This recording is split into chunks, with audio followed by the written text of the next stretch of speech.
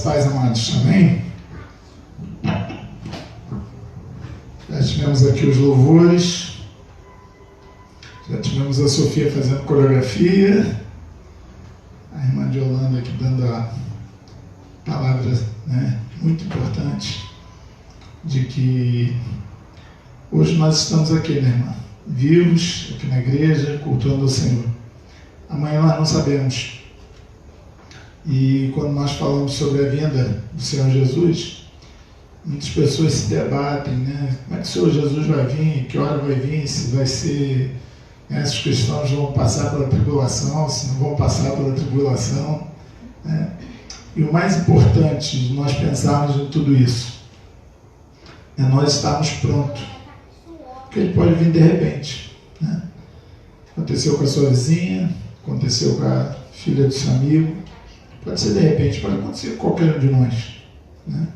Os amados que têm nos acompanhado pelas redes sociais e aqui da igreja, sabem, o momento que eu passei, ou melhor, os momentos pelo qual eu tenho passado, que eu poderia já não estar mais aqui essa noite, pregando, compartilhando a palavra com os irmãos.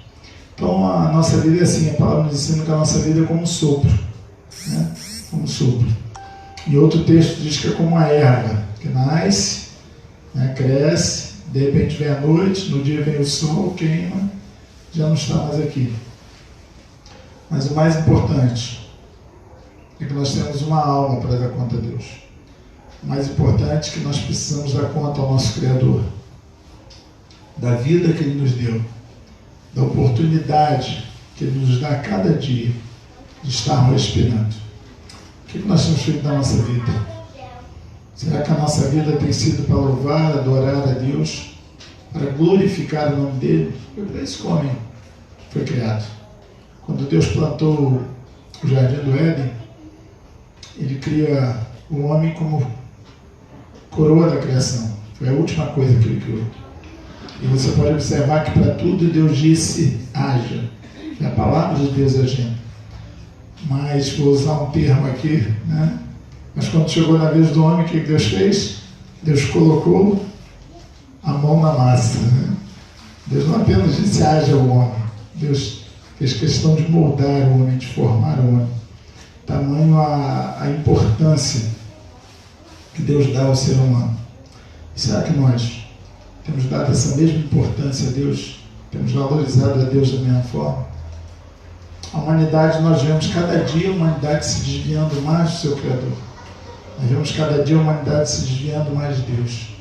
Mas nós que conhecemos a palavra, nós que conhecemos a verdade, precisamos agir exatamente de maneira contrária, buscando cada vez mais a presença do Senhor.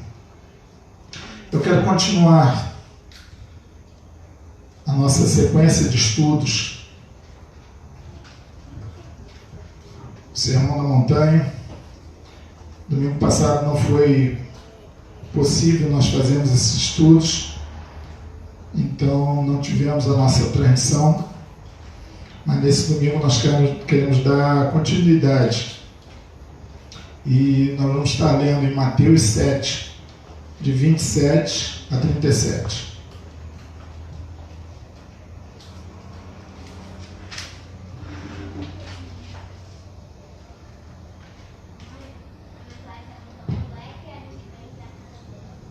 Abra sua Bíblia.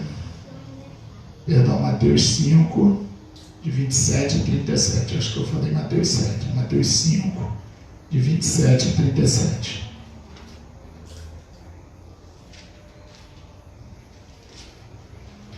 Nós já vimos as bem-aventuranças.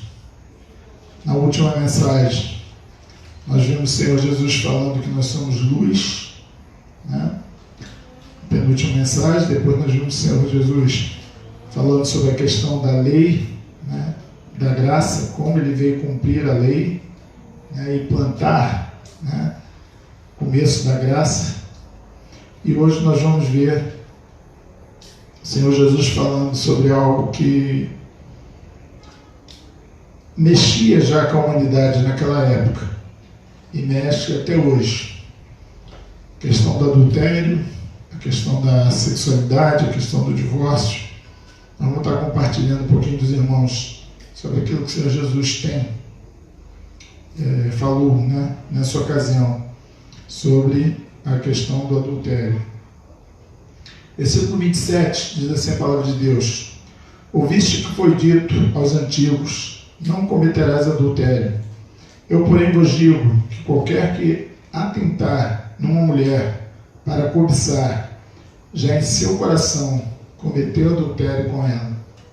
Portanto, se o teu olho direito te escandaliza, arranca-o e atira-o para longe de ti, pois é melhor que se perca um dos teus membros do que seja todo o teu corpo lançado no inferno.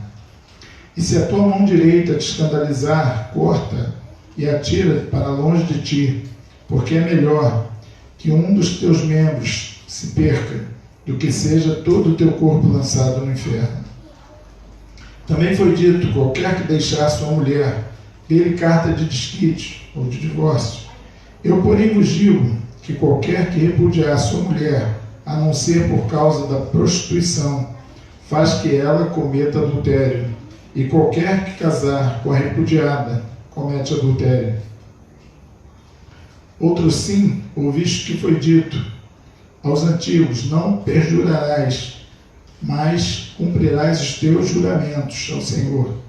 Eu, porém, vos digo que de maneira nenhuma jureis, nem pelo céu, porque é o trono de Deus, nem pela terra,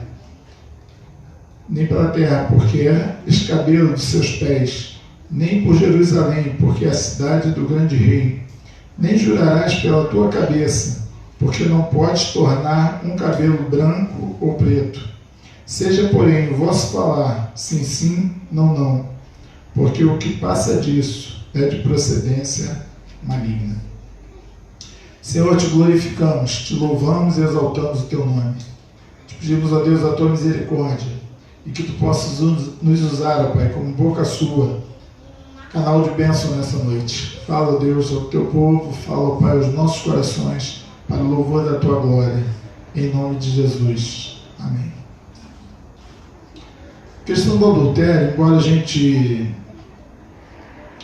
pense de uma forma assim bastante simplória, né, com relação ao adultério, a questão do adultério é algo assim bem complexo, né? O Senhor Jesus está mostrando claramente aqui.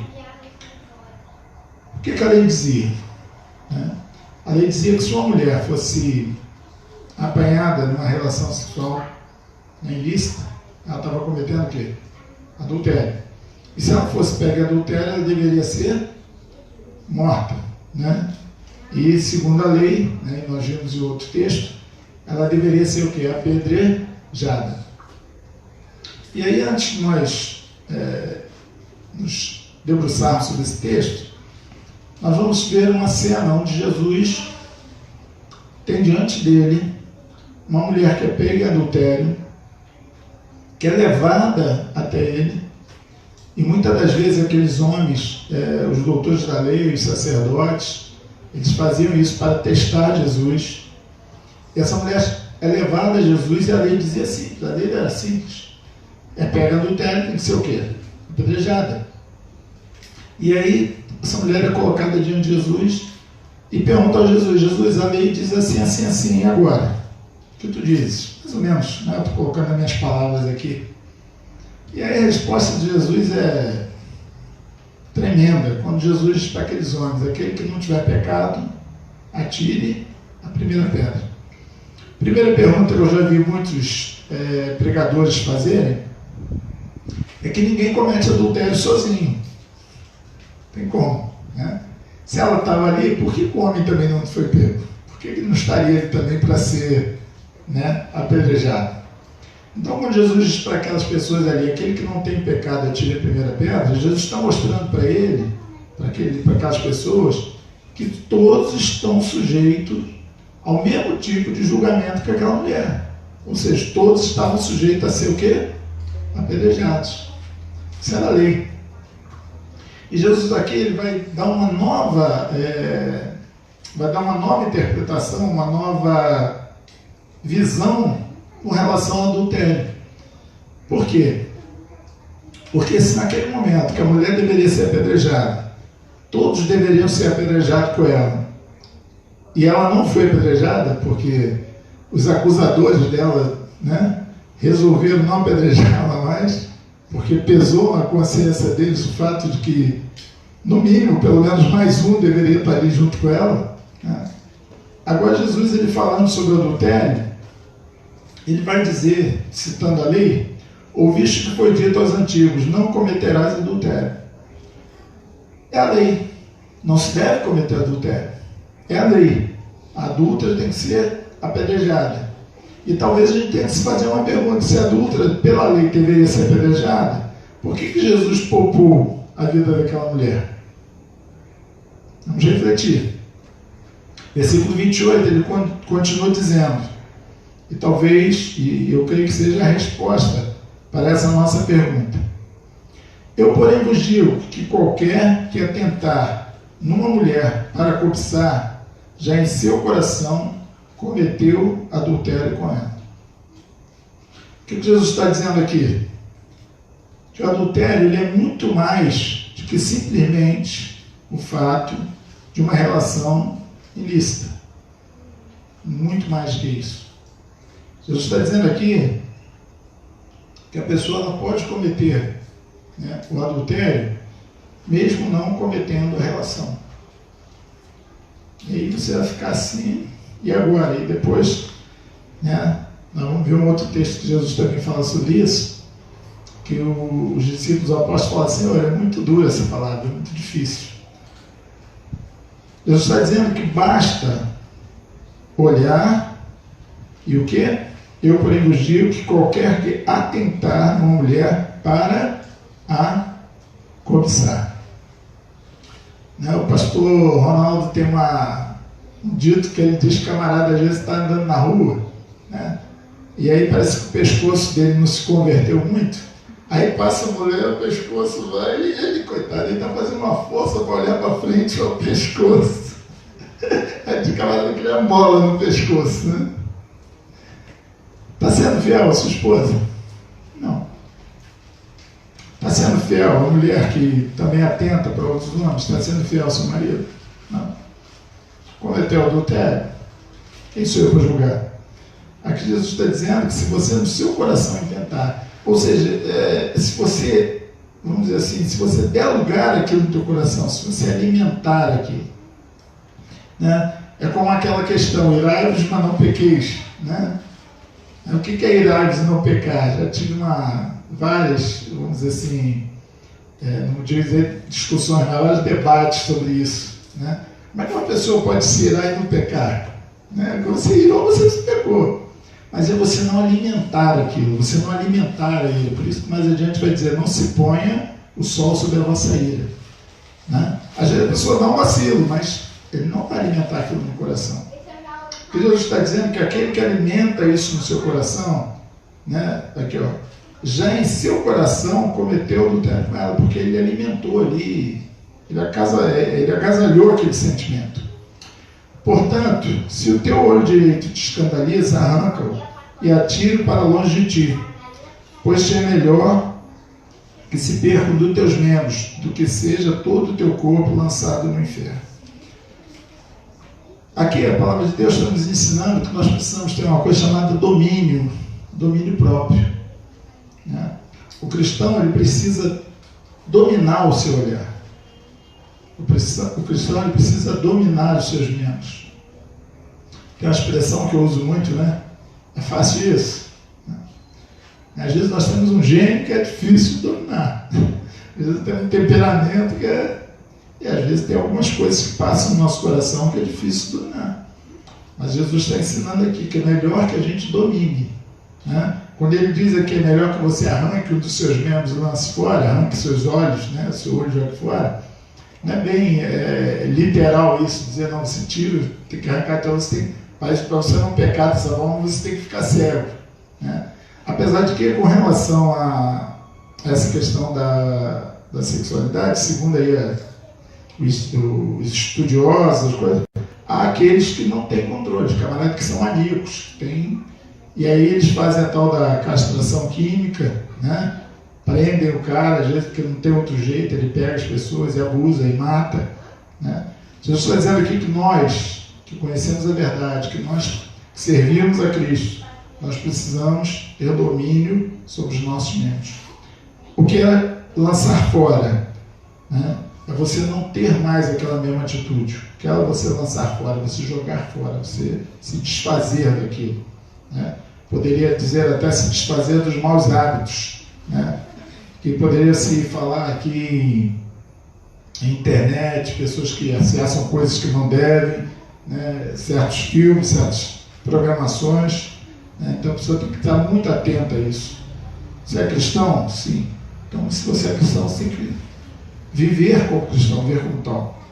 Um homem que é casado e vive na rede social vendo coisas que não deveria ver, ele está cometendo adultério. E se a tua mão direita te escandaliza, corta e atira para longe de ti, porque te é melhor que um dos teus membros se perca do que seja todo o teu corpo lançado no inferno. E como é que uma mão pode escandalizar? Eu não vou nem pedir ajuda aos universitários, né? Basta nós vermos aí o que os políticos, muitos dos políticos estão fazendo, né?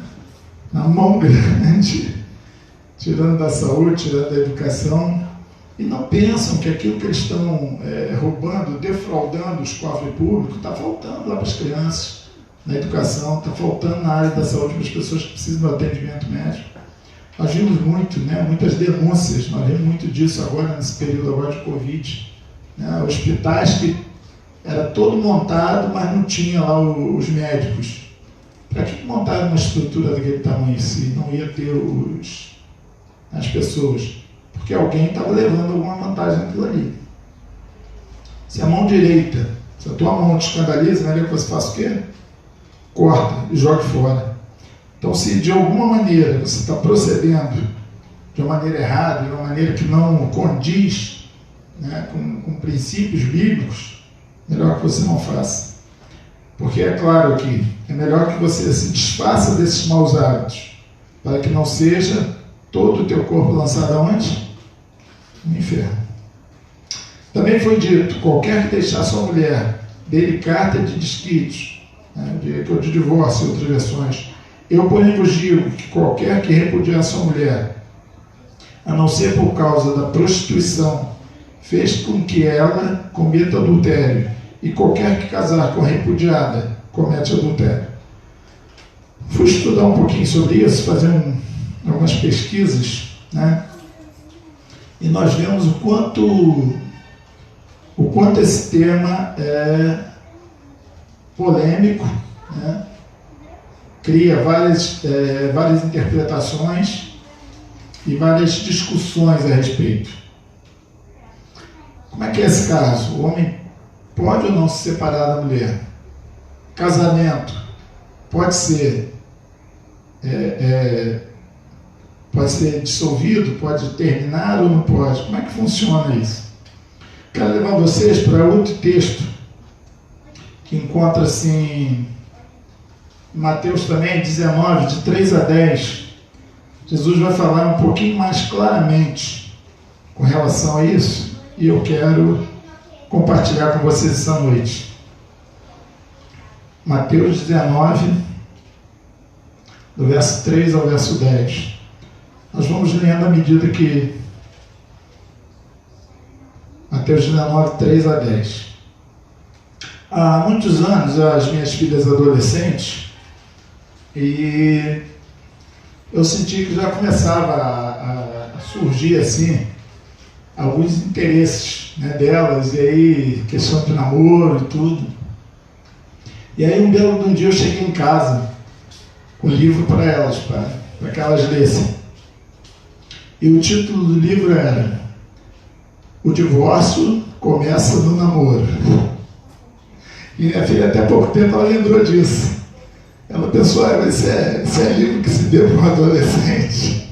Ele falou comigo, pai, que livro é esse? Ou seja, não estou entendendo que a gente não está nem namorando. E o Senhor nos dá um livro desse, O Divórcio Começa no Namoro. E aí, por que eu dei tive essa genialidade, que não foi genialidade, foi alguma coisa, não sei por que eu fiz isso. Por que eu dei esse livro para minhas filhas? Vocês vão entender aqui no discurso de Jesus para esses homens, vocês vão entender aqui o que acontece realmente com relação ao divórcio. Versículo 3 diz assim: então chegaram ao pé dele os fariseus, tentando-o e dizendo-lhe: é lícito um homem repudiar sua mulher por qualquer motivo?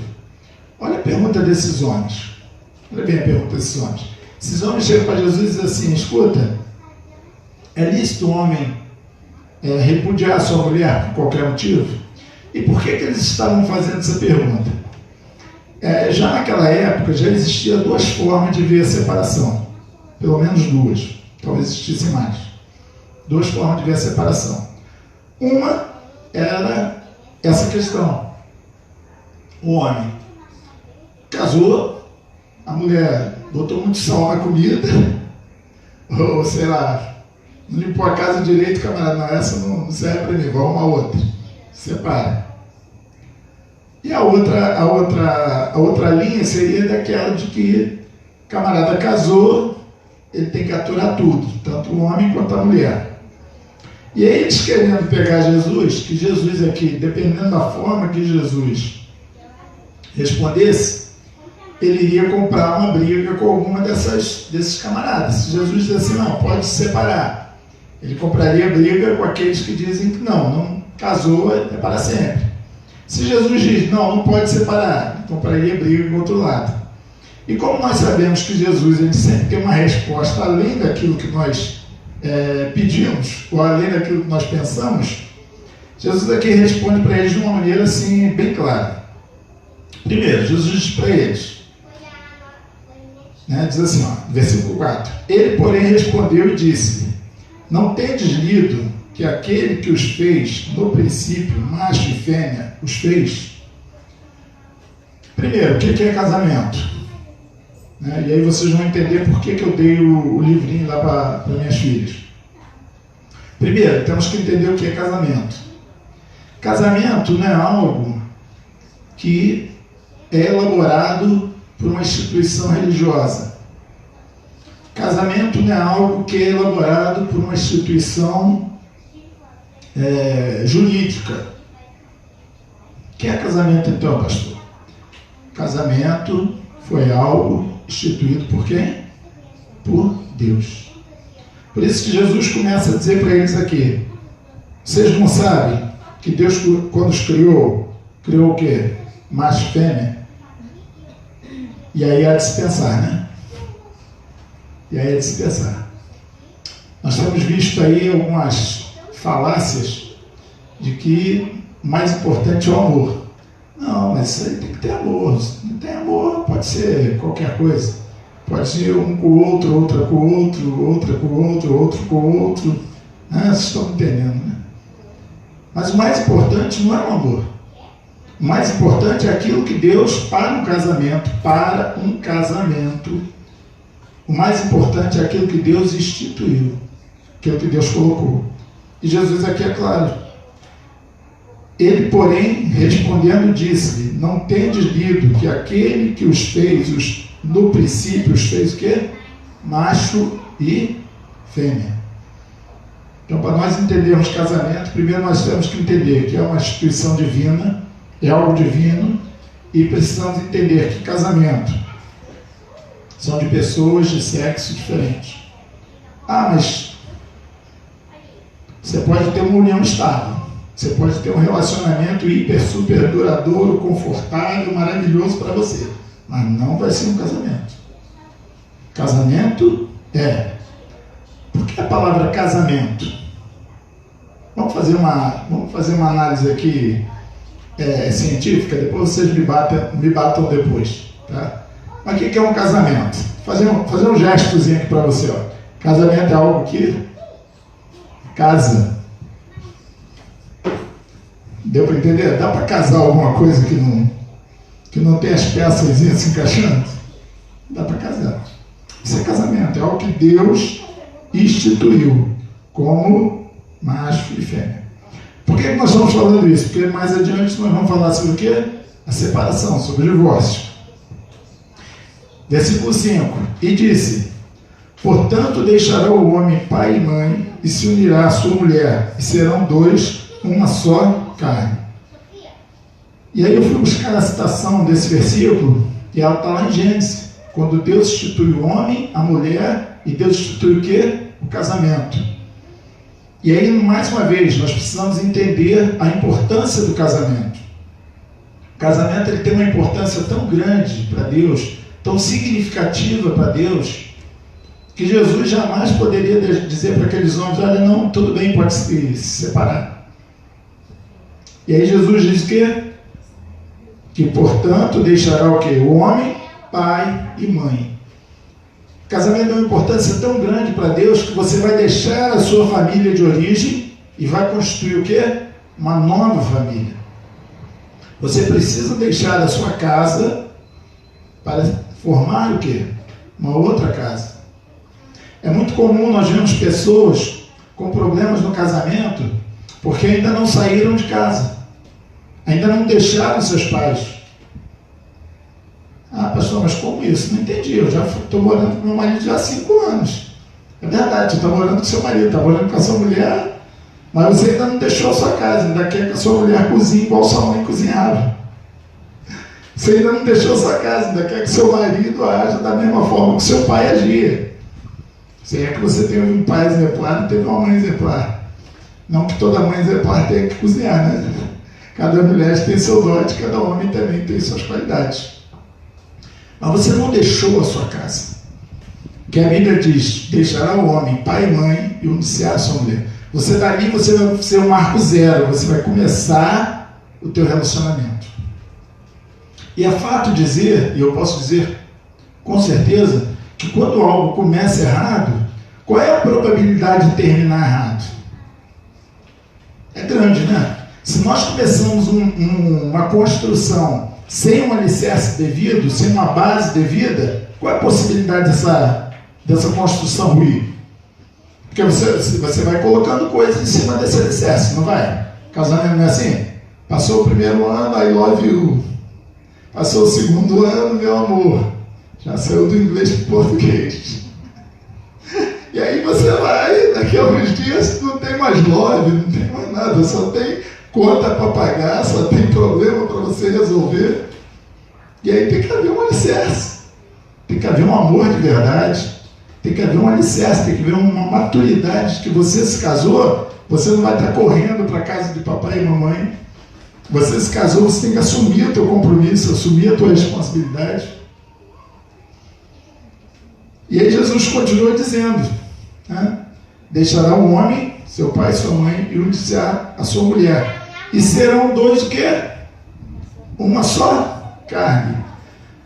Tudo bem, que a gente seja uma só carne, tudo bem, mas a minha senha do e-mail, meu e-mail é particular, é meu.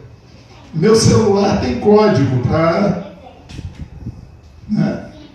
O celular do cara lá tem um código lá que só ele sabe, porque a mulher não pode ver o celular dele.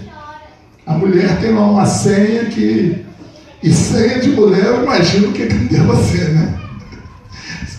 Se a cabeça do homem ficou para criar uma senha, a mulher deve fazer um negócio. Pode isso. Vale isso no casamento? Vale isso numa relação conjugal onde Deus está?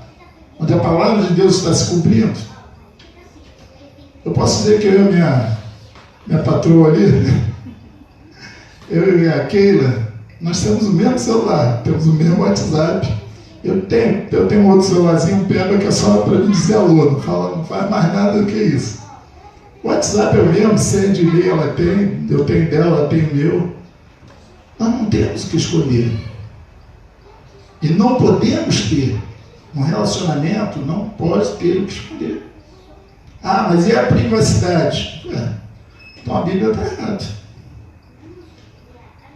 A Bíblia está errada, então. Se você quer privacidade no casamento, a Bíblia está errada. Porque a palavra de Deus diz que serão ambos o quê? Uma só. E como ter privacidade se eu sou uma só carne? Dá para você ir com o braço direito para um lado e com o braço esquerdo para o outro? Né? Vou falar aqui, vou me localizar aqui por onde nós estamos.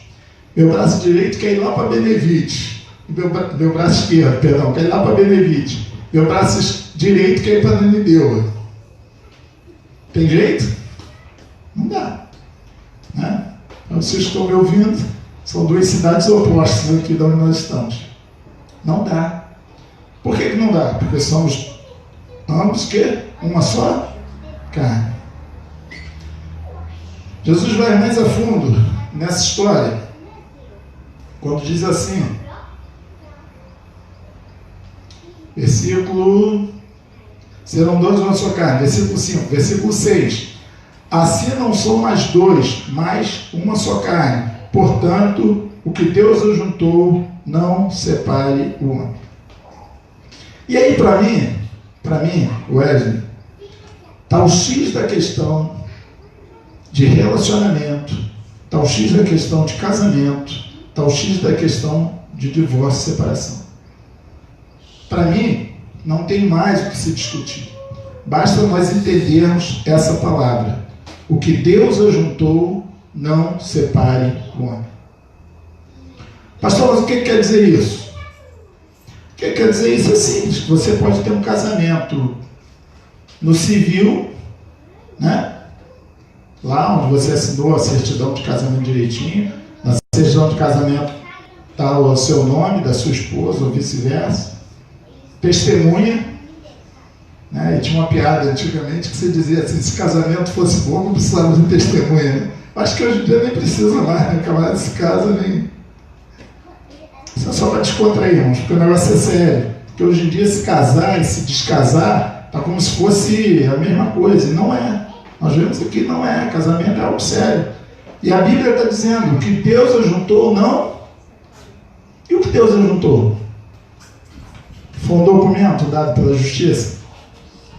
O que Deus ajuntou? Foi um casamento religioso, onde estava lá um pastor, um padre, uma representante de uma entidade religiosa que, né, está abençoado o teu casamento. Qual é a garantia? Qual é a garantia que você tem no casamento? De que teu casamento vai prosperar, vai seguir? Quer que te dê qual é a garantia? A garantia que você tem no teu casamento é: se Deus ajuntou, ninguém vai poder te separar. A garantia que você tem no teu casamento é que teu casamento precisa ser dirigido, orientado, guardado, protegido por Deus. Quer saber qual é a tua parte nisso? Cultivar sentimento, obedecer a Deus, amar a sua esposa, amar seu esposo. Mas quanta volta para falar de divórcio? Não é volta não, é alicerce, é base. Por que se separa tanto? Por que se divorcia tanto? Porque as pessoas casam de qualquer maneira. Por que se separa tanto? Por que se divorcia tanto? Porque as pessoas casam sem saber o que é realmente casamento. Acha que o casamento é apenas uma relação entre homem e mulher, e não é. Casamento é muito mais do que isso. Jesus está deixando claro aqui. Casamento é algo instituído por Deus. Portanto, o que Deus nos juntou, não separe o homem. Versículo 7. Disseram-lhes, então, por que mandou Moisés dar-lhe carta de divórcio e repudiá-lo? E aí seria mais ou menos dizer assim: o pastor está dizendo que Deus nos juntou, não separe o homem. E alguém diz para mim assim: o que é que eu faço com aquela minha certidão que está lá em casa? Que tem meu nome, o nome da patroa, em alguns casos comunhão parcial, comunhão total, ou apenas um contrato com várias cláusulas. São os casamentos dos artistas, dos, né, pessoas que têm muita grana, elas casam e fazem um contrato, né? Se é que é um casamento, né, aquilo, né? Mas por um registro de firma, né? Vamos registrar uma firma aqui, quando eu e você, a gente, qualquer coisa, a gente separa a firma. Isso é casamento. E alguém aqui vai perguntar para Jesus: por que mandou Moisés dar-lhe carta de divórcio? E repudiá-la. E mais uma vez, a questão do casamento e a questão do divórcio para mim se torna simples na palavra de Jesus.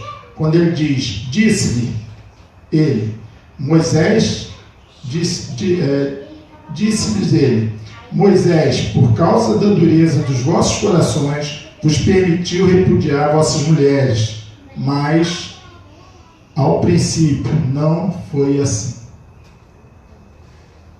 Por que existe divórcio? Por que existe separação? Por causa da dureza de coração. E aí talvez você esteja pensando assim, mas a dureza de coração é do meu marido. Eu não tenho nada a ver com isso. Talvez o marido esteja pensando assim, mas a dureza de coração é da minha mulher, não tem nada a ver com isso. Verdade. Dureza de coração pode ser do teu marido, a dureza de coração pode ser da tua mulher. Mas quem escolheu o seu marido? Quem escolheu a sua companheira? Agora vocês entendem o título do livro que eu dei para minhas filhas? O divórcio começa no namoro. Quem escolheu? Se foi você que escolheu, você hoje tu está arcando com as responsabilidades da sua escolha, com as consequências da sua escolha. Ah, mas como fazer? Deixasse Deus escolher por você. Como jovens, nós não pensamos dessa forma. Quando jovens, nós não agimos dessa forma. E antes que alguém pense que eu estou legislando em causa própria, eu passei por esse processo. Né? E depois de 10 anos, aproximadamente 10 anos separados, e algumas tentativas frustradas, eu confesso aqui, eu um dia cheguei para Deus e falei para Deus assim, Senhor, a partir de hoje, eu não me abalo mais em procurar uma companheira para mim. Eu não vou me debater mais com isso. O senhor está vendo, eu estou no ministério, estou na obra, já sou missionário, estou só, estou tendo dificuldades no campo, preciso de uma companheira, preciso de uma ajudadora. Falei isso para Deus. Falei, Senhor, tu está vendo? A minha dificuldade, a minha necessidade, a partir de hoje, eu não vou me preocupar mais com isso, não vou procurar mais, está nas tuas mãos. Amados, não passou um ano, eu conheci a Keila. Chegou um ano, eu conheci a Keila. Deus abriu portas e nós nos casamos e foi um negócio tremendo. Os amados que conhecem a nossa história, em menos de um ano nós namoramos, noivamos e casamos. Festa que ganhamos uma festa com bolo, com salgadinho, com tudo, ninguém esperava, nós não esperávamos ter a festa que nós tivemos. E hoje vivemos para a obra do Senhor, nos dedicamos à obra do Senhor. E eu posso dizer na presença dela aqui que eu tenho uma ajudadora, eu tenho uma companheira que trabalha, se dedica comigo. E todos os momentos que a gente tem passado, ela tem sido essa pessoa ao meu lado. Por quê? Porque há tanto divórcio. Porque Moisés deu carta de divórcio. Por causa de dureza de coração. Dureza de coração ao escolher, quando você escolhe mal. Dureza de coração ao achar que, por qualquer motivo, como foi a interrogação deles aqui no início, pode se separar. Então, hoje, eu estou casado com uma aqui, mas eu estou casado com outra lá, ou vice-versa. Simplesmente, dureza de coração. Versículo 9, Jesus ele vai dizer: eu vos digo, porém, que qualquer que repudiar a sua mulher, não sendo por causa de fornicação, e casar com outra, comete adultério. E o que casar com a repudiada, também comete adultério. As coisas aqui se complicam de uma maneira assim, tremenda, né? Na interpretação desse texto e no entendimento de relação ao divórcio. E por que no momento eu estou dizendo que é tão simples, e no outro momento, agora, com essa palavra de Jesus aqui, eu digo que a coisa se complica, né? Porque Jesus está colocando, tá? Ele está colocando de uma maneira bem clara, tá? que não seria bom que o homem casasse e se separasse. Não seria bom que a mulher casasse e se separasse. Mas existe aqui uma possibilidade. Qual é a possibilidade? A palavra aqui é fornicação. O que quer dizer isso? Lembra do outro texto que nós estamos lendo? Mateus 5, 27 e 37? Jesus ali fala o quê? De prostituição. Aqui ele está falando de fornicação. Tá? Basicamente é a mesma coisa, mas vai um pouquinho mais além. O que é um pouquinho mais além? Se nós imaginarmos uma traição, vamos colocar assim, que seria o motivo de uma separação, de um divórcio bíblico, onde a outra pessoa estaria livre. Se nós pensarmos no meio, de uma maneira assim bem sutil, seria apenas o quê? Uma relação ilícita, né? A relação ilícita. Então o camarada pulou a cerca, como diz por aí, ou a mulher pulou a cerca, então o outro agora tem direito de se divorciar. Isso não quer dizer que possa se divorciar, deva se divorciar, porque entra a questão do perdão. Houve perdão realmente? A outra pessoa se consertou de verdade? Então segue o barco, porque Deus nos perdoa, nós também precisamos perdoar. Não houve perdão, a outra pessoa não se consertou, aí você é livre, para que você case novamente, para que você siga a tua vida. O que Jesus está dizendo aqui é que o ideal é que isso não aconteça. Mas a palavra fornicação, ela vai além daquilo que é apenas uma relação. Acabamos de falar aqui ainda há pouco. Comete adultério quem vive na pornografia?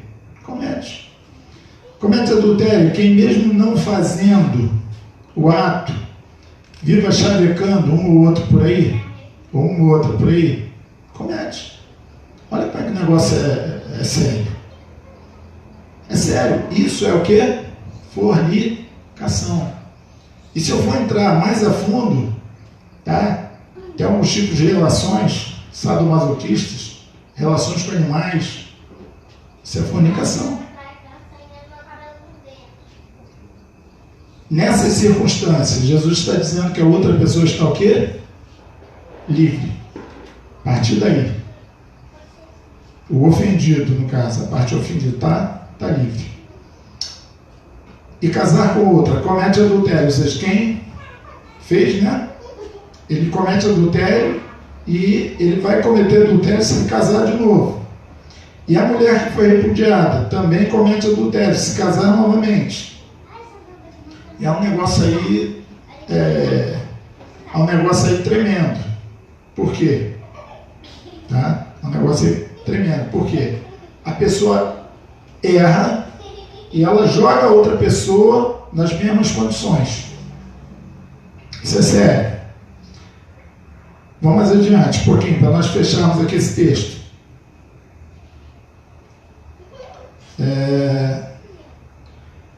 Comete adultério. E o que casar com a repudiada também comete adultério. Disseram seus discípulos: se é assim a condição do homem relativamente à mulher, não convém casar.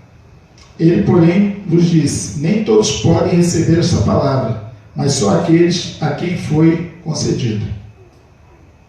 Jesus aqui está sendo bem mais, digamos assim, bem mais claro com relação à questão do divórcio do que no outro texto que nós estávamos lendo. Por quê? Se cria aí uma situação realmente muito, muito, muito complicada.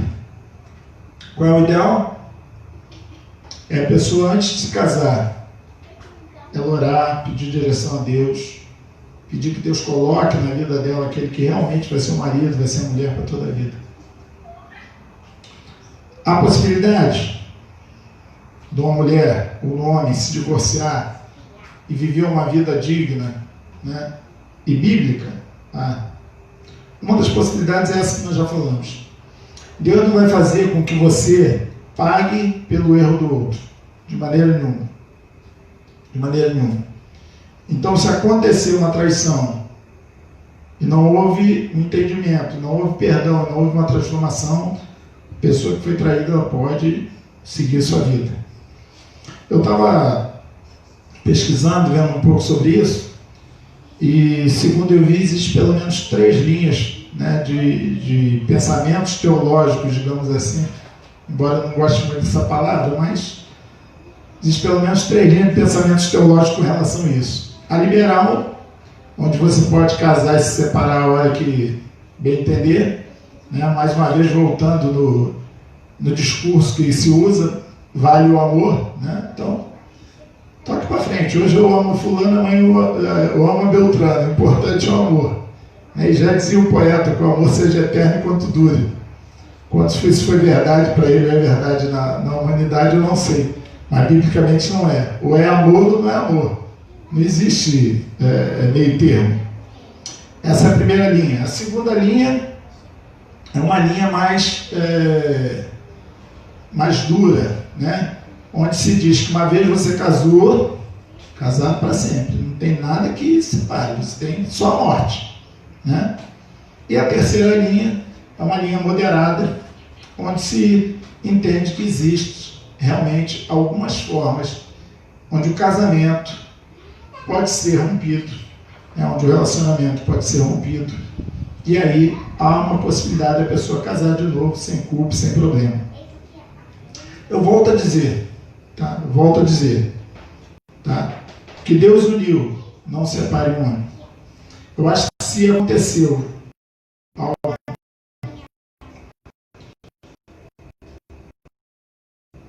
no decorrer do seu casamento, no decorrer de uma relação conjugal, e aquilo ali foi o extremo de uma separação, de uma traição, eu volto a dizer, eu não acredito que esse casamento tenha sido união de Deus. Não importa se o documento é cartório, não importa se esse casamento foi feito na igreja ou foi feito fora da igreja, para mim não importa. Porque se a palavra diz que Deus uniu, o homem não separa, eu creio que o que Deus uniu vai passar por intempéries, vai passar por dificuldades, vai passar por lutas, mas não vai haver a separação, não vai haver a traição. O casal ele vai superar todas e qualquer dificuldade. Nós conhecemos casal que tem tudo, financeiramente falando, e não vive bem. Mas cedo ou mais tarde acabam divorciando. Vamos falar de maneiras mais assim. Conhecemos os casais que passam por tantas dificuldades, tantas lutas, tantos problemas, e continuam juntos, continuam amando, se respeitando. Então não é a posição financeira desse casal, a condição de vida que o casal vive, que vai determinar uma união, não. Conheço mulheres que têm maridos maravilhosos, vivem bem com ele, é uma benção. Conheço mulheres que têm maridos difíceis, e elas conseguem viver com ele toda a vida, porque só ela pode aguentar aquele cara. Conheço marido que também tem mulheres que, misericórdia, mas vão viver toda a vida, porque Deus falhou o cara para ter aquela paciência de Jó. Porque foi Deus quem uniu. Então ele fez o casamento, ele criou o casamento. Então não importa as dificuldades. Vamos voltar? Versículo, para nós encerrarmos, né? Aqui, versículo, voltando para Mateus 5:31. Só mais uma colocação dentro das 3 linhas, né? A liberal, e tem a linha moderada, né? Qual é a linha moderada? A linha moderada ela aceita que o casamento ele pode ser rompido de pelo menos 3 formas, tá? A primeira forma seria o adultério, a segunda forma é a morte, e aí eu achei graça do pastor que eu assisti ele dizendo assim, que aí vai a macumbinha evangélica, né? O cara não quer se separar da mulher, fica torcendo para ela morrer. O marido não quer se separar, o sujeito fica torcendo para a mulher morrer. Isso não é de Deus, não, cara. Isso não é de Deus. Você pedir a morte da outra pessoa, isso não é coisa de Deus, né? Então a linha moderada diz que você pode se separar. A questão do relacionamento, da traição, né? fornicação, vamos dizer aqui na palavra, você pode separar por questão da morte, e tem mais uma forma pelo menos de separação, que seria quando a pessoa ainda não conhece a Cristo.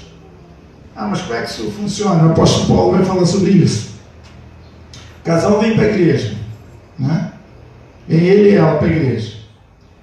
Só que tem que naquele momento ali, a mulher ou o marido verdadeiramente se converteu. Quer uma transformação, quer uma mudança de vida. Um quer e o outro não quer, né? Um quer caminhar com Cristo, o outro quer ter uma vida na presença de Deus e o outro não quer. A coisa começa muito bem. Por quê? Porque a mulher vai e o marido não se importa, né? Embora ele não vá, não acompanhe, mas não se importa. O marido vai e a mulher também não se importa, tal. Mas pode chegar um ponto onde esse casamento pode começar a ter sérias dificuldades, sérios problemas. E a palavra de Deus que diz que é o que? Julgo desigual, né? Como é que uma mulher vai estar na igreja servindo ao Senhor e o marido fora, aprontando todas? Como é que um homem vai estar na igreja servindo a Deus e a mulher fora, aprontando todas? E aí, queira ou não, pode haver uma separação? Pode. E talvez até haja uma separação onde não houve ainda, né, a traição. Aquele casal se separa, quem de direito vai seguir o caminho, né, continuando fiel ao Senhor, continuando guardando, esperando no Senhor. E aí, o que provavelmente ou fatalmente vai acontecer? A outra pessoa vai cair na gandaia, não vai? Caiu na gandaia, ela mesmo vai assinar lá a liberação daquele que resolveu se manter nos caminhos de Deus. Vocês entenderam? Então seriam as três formas, segundo a linha moderada. Por quê? Quem está em Cristo é uma nova criatura. Então, se você é uma nova criatura, se as coisas velhas passaram, se você não fez uma escolha correta para o seu casamento, e agora você quer caminhar com Deus, e essa outra pessoa ela não quer de maneira nenhuma, aí você também não vai ficar carregando esse jugo toda a vida, né? O que a palavra nos diz? Aprender de mim que meu jugo é suave e meu fardo é leve. Deus não coloca sobre a gente nenhum fardo que a gente não possa carregar. Amém? Mas pastor, qual é a linha que o senhor defende? Talvez alguém esteja se perguntando, né? Eu defendo a linha de que se o casamento é de Deus, ele vai permanecer. Se não é, ele vai acabar. Não importa como. Não vou dizer para vocês que eu defendo uma linha moderada, não. Ou o casamento é de Deus ou não é de Deus. Se é de Deus, ele vai permanecer. Vai passar por intempéries, por dificuldades, vai continuar. Se não for, vai acabar. Vocês entenderam? Porque o casamento, mais uma vez eu vou dizer, não é um papel. O casamento não é uma instituição religiosa que faz. O casamento é o Senhor. Vamos finalizar nossa palavra? Vamos continuar aqui só para nós. Jesus fala sobre a sua mão direita, no versículo 32, ele vai dizer: eu, porém, vos digo que qualquer que repudiar sua mulher, já falamos sobre isso, comete adultério. Aí, no versículo 33 ao 37, nós vamos deixar para o próximo domingo, amém? Vai falar sobre o perjúrio. O que é perjúrio? Perjúrio é você mentir sob juramento, né? Seria o perjúrio. Aqui Jesus está falando que nós não devemos jurar, né? Se nós não devemos mentir sob juramento, nós não devemos sequer jurar. Era comum naquela época haver jura, né? Eu juro. E hoje acontece algumas pessoas que juram, né? E quando era criança eu ouvia muitos termos, alguém dizer assim: eu juro, eu juro pela minha mãe mortinha. Meu Deus do céu, quanta mãe já deveria ter morrido, né? Porque o cara está mentindo, está aprontando todos, criança então, e daí dizia isso: eu juro pela minha mãe mortinha. Misericórdia, coitada da mãe. Mas isso é a nossa mensagem do próximo domingo. Amém?